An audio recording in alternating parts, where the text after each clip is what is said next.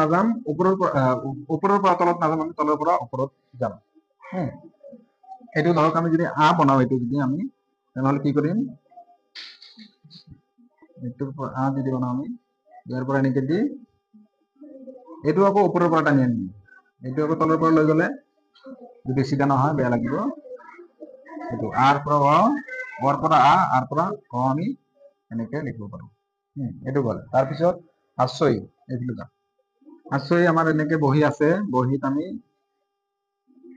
প্ৰথমে এনেকে ইমাজিনাৰী লাইনলৈকে আনিম, তাৰপিছত ইয়াৰ পৰা এনেকে কাট কৰি তলফালে দিম, অলপ আগুৰি লৈ ইয়াৰ পৰা এনেকে কাট কৰি মিউজিক লাইন লৈ আহিম, ইমাজিনাৰী লাইন কাট কৰি তলফালে দিম।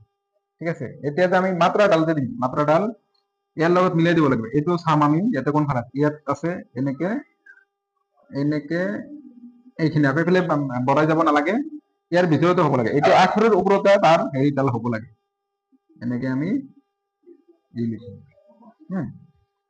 তাৰপিছত ধৰা এইফালে অলপ আগুৱাই দীৰ্ঘই, আৰু অলপ আগত আহা, আখৰটো যাতে দেখাত ডাঙৰ দেখা যায় অলপ। দীৰ্ঘই, দীৰ্ঘই কেনেকে লিখিম আমি, ইয়াৰ পৰা এনেকে এনেকে চিধাকে লৈ আহিম, তাৰপিছত এনেকে চিধাকে লৈ যাম, তাৰপিছত এনেকে এনেকে দিম। ইয়াৰ পৰা আমি এনেকে চিধাকে লৈ আহিম, এনেকে লৈ যাম, এনেকে আমি এনেকে দিম।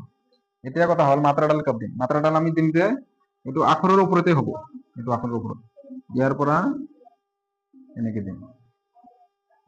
ইয়াৰ পৰা আমি মাত্ৰাডাল ওপৰত দিম।